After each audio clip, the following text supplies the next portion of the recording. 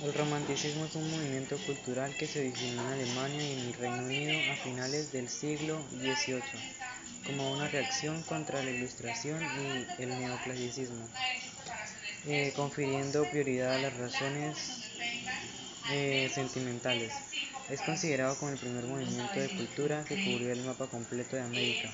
En la mayoría de las áreas estuvo en su apogeo en el periodo aproximado de 1800 a 1850.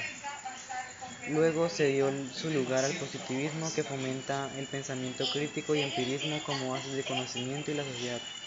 La libertad guiando al pueblo, 1830, una obra maestra de Eugène Delacroix en la que el pintor canta la revolución de 1830 y es una de las más representativas del romanticismo francés.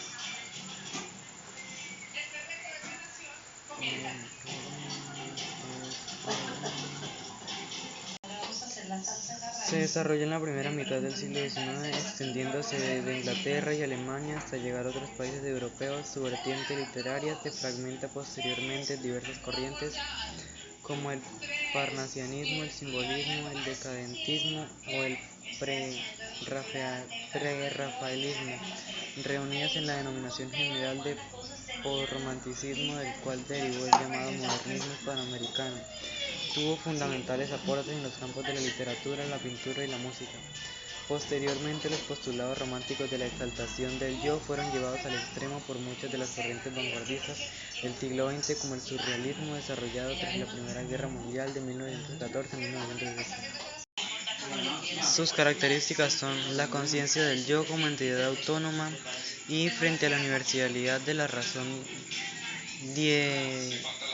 dieciochesca dotada de capacidades variables e individuales como la fantasía y el sentimiento, la primacía del genio creador de un universo propio, el poeta como demiurgo, valoración de lo diferente frente a lo común, lo que lleva a una fuerte tendencia nacionalista, el liberalismo frente al despotismo ilustrado, la originalidad frente a la tradición clasicista y la adecuación a los cánones.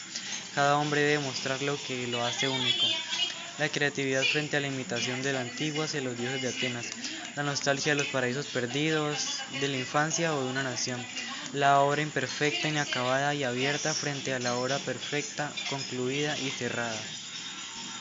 El realismo literario es una corriente estética que supuso una ruptura con el romanticismo tanto en los aspectos ideológicos como en los formales durante la segunda mitad del siglo XIX. Este se caracterizaba por una muy extensa y detallada información de personajes, paisajes, escenas, etc. De esta forma podían ser imaginados con mayor facilidad. Aparece aplicado a la literatura hacia 1825 para referirse al uso de las descripciones detalladas por parte de algunos de los novelistas, mientras que pintores románticos tardíos llevaban a sus lienzos sencillas escenas de vida cotidiana.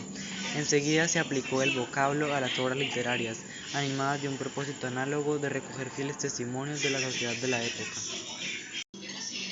Hacia 1827, en Francia, una serie de escritores y críticos presentan ya al realismo como una nueva estética alejada u opuesta a la romántica.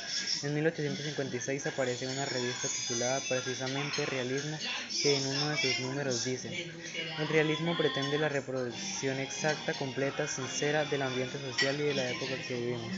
Esta reproducción debe ser lo más sencilla posible para que todos la comprendan". El realismo surgió en la Francia de la segunda mitad del siglo XIX, tras la Revolución Burguesa en 1848.